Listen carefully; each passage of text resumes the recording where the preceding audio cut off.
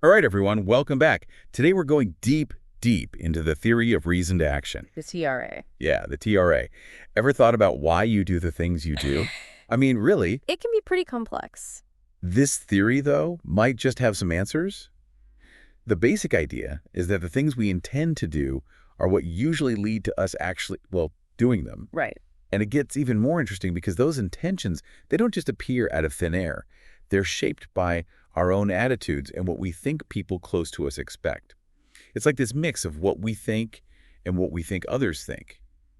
Ready to get into some fascinating research on this? Absolutely. We'll be diving into real-world examples, too, and even looking at where the TRA, maybe falls a little short. So, to kick things off, can we get a clear definition of the TRA, like the elevator pitch version? Sure.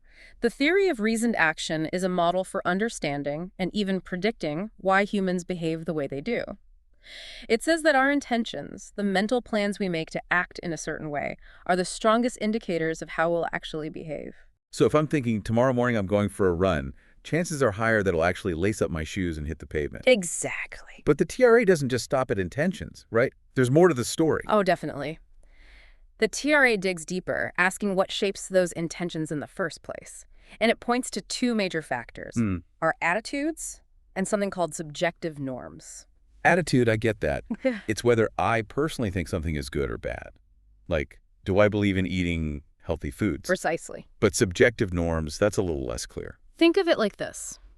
Subjective norms are all about what you believe the important people in your life think you should do.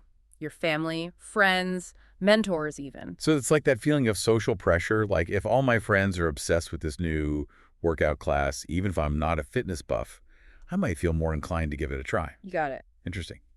So the TRA is like a recipe for our actions, with attitude and subjective norms as the key ingredients. A good analogy.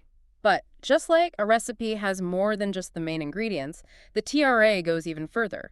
It examines what shapes those attitudes and norms. Oh, so it's even deeper than just gut feelings or what our friends think. Exactly. Let's unpack attitude first.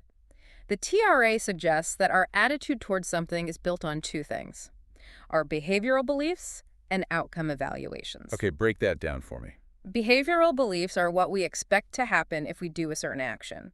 For example, if I believe that quitting smoking will improve my health. That's a behavioral belief. Got it. Right.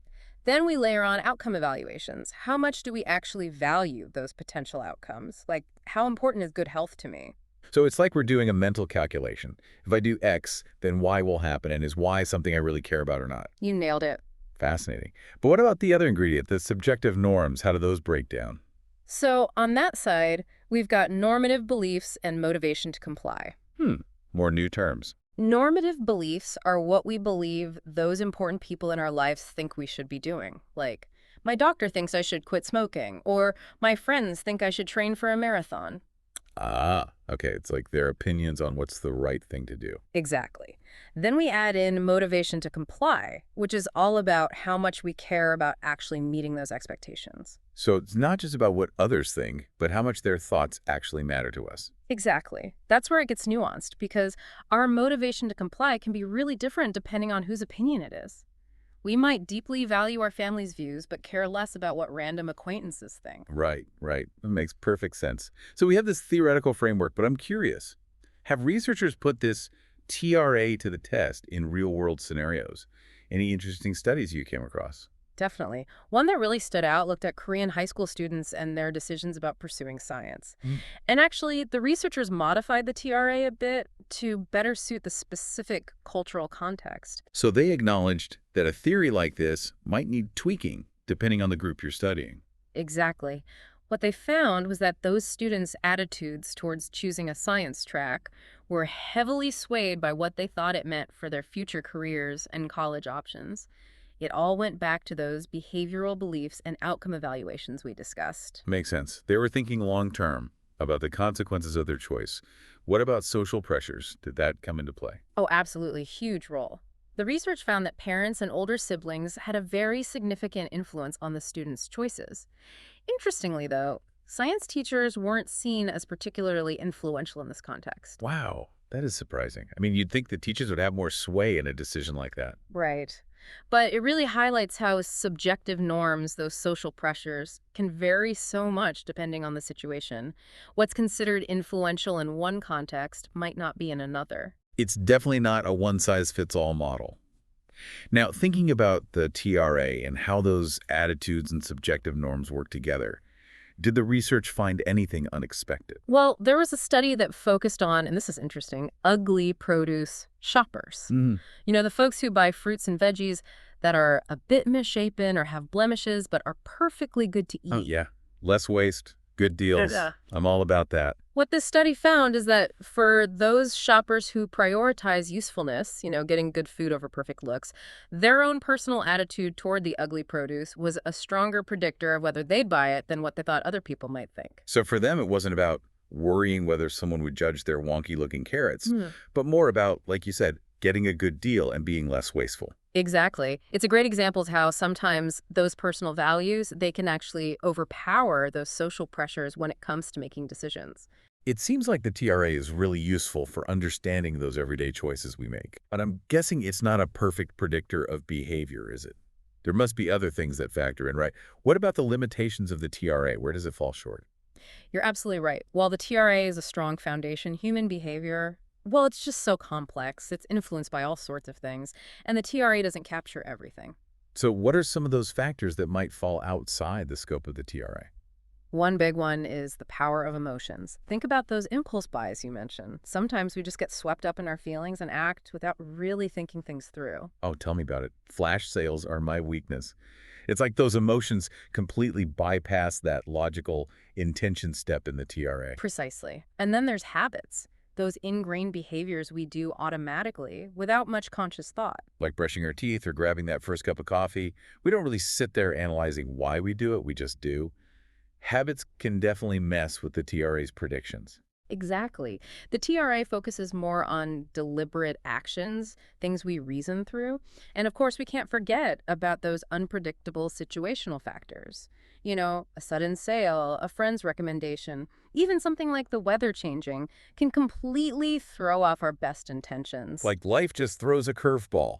External stuff, even if our intentions were super strong to begin with. For sure. And while the TRA acknowledges those social norms, it doesn't necessarily dig into why those norms exist or how they might differ between cultures or social groups.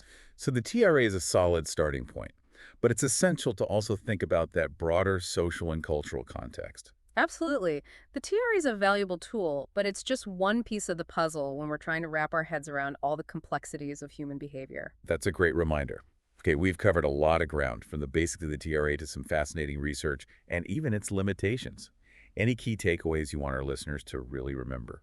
I think the biggest takeaway is that the TRA highlights this back and forth between our own personal beliefs and the social pressures around us. It's not just about what we think, but also about what others think and how much we care about those opinions. So it's this constant tug of war between our own attitudes and those subjective norms.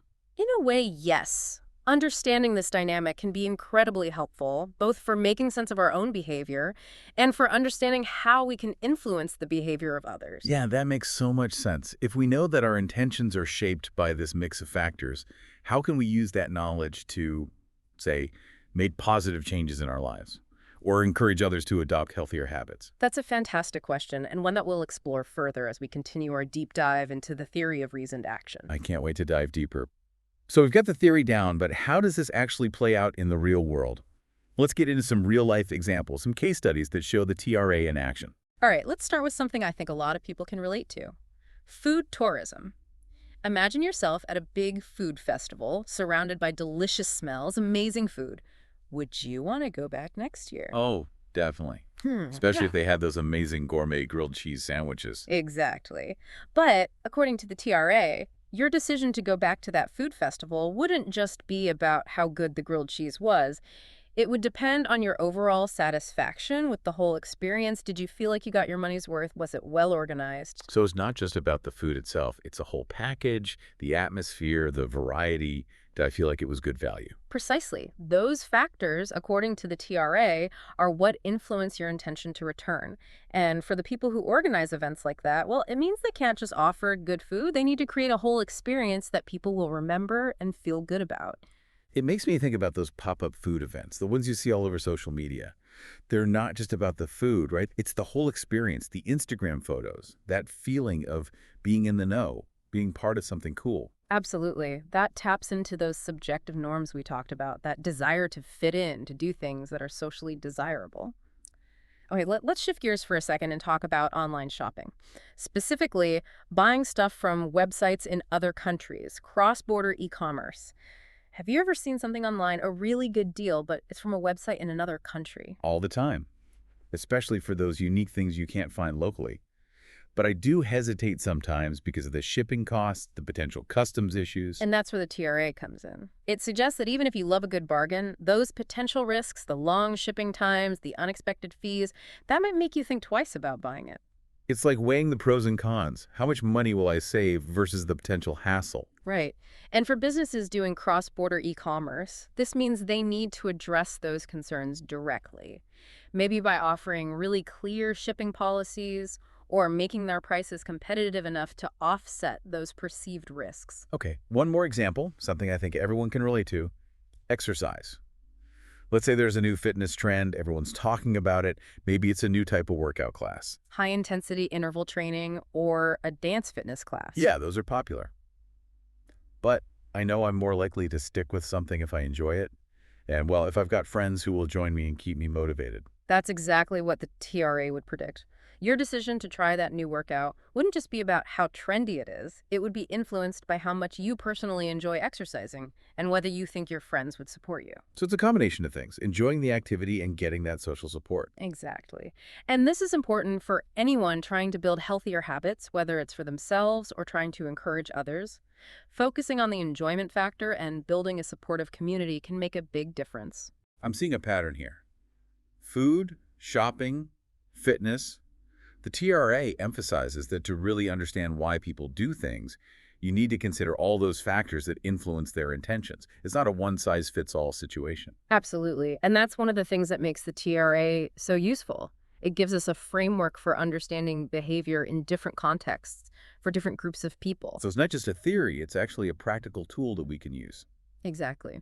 And as we continue exploring the TRA, we're going to see how it can be used to promote positive change, encourage ethical choices, even inspire people to pursue their goals. That sounds fascinating. I'm ready to go even deeper with this. You know, it's interesting to think about how we can apply this understanding of intentions to bigger issues. Like, how do we encourage people to make more sustainable choices, for example? That's a great point. We've been talking about individual behaviors, things like food choices, exercise.